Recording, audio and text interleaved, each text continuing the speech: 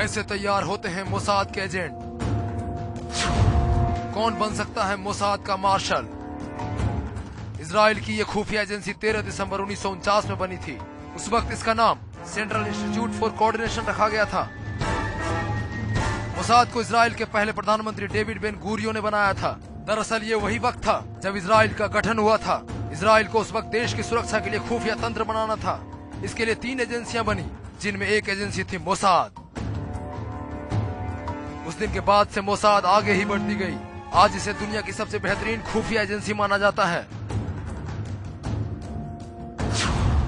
सिर्फ सेना के लोग बन सकते हैं एजेंट। सेना में अच्छे काम के आधार पर चुनाव। मोसाद के एजेंट का बैकग्राउंड होता है चेक। मोसाद का एजेंट बनने के लिए पहले तो किसी इंसान का इजराइल की सेना में शामिल होना जरूरी है। सेना में उसके काम को देखकर उसे मोसाद में शामिल किए जाने के बारे में सोचा जाता है। जिस शख्स को मोसाद में शामिल किए जाने के बारे में विचार होता है, उसका पूरा बैकग्राउंड चेक किया जाता है। जब सब कुछ सही पाया जाता है तो उसे मोसाद में शामिल होने का इम्तिहान देना होता है।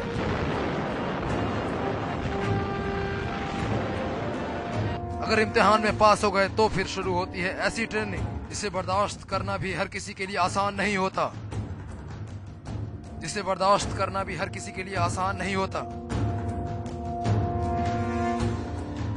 मोसाद के एजेंट को कई विदेशी भाषाएं सिखाई जाती है ताकि वो दुनिया के किसी भी देश में पहुंचकर ऑपरेशन को अंजाम दे सके। मोसाद के काम में इजराइल की कोई दूसरी एजेंसी दखल नहीं दे सकती है। मोसाद सीधे देश के प्रधानमंत्री को रिपोर्ट करती है।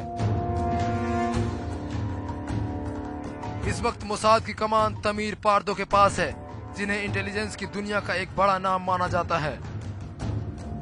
Bureau report, live India.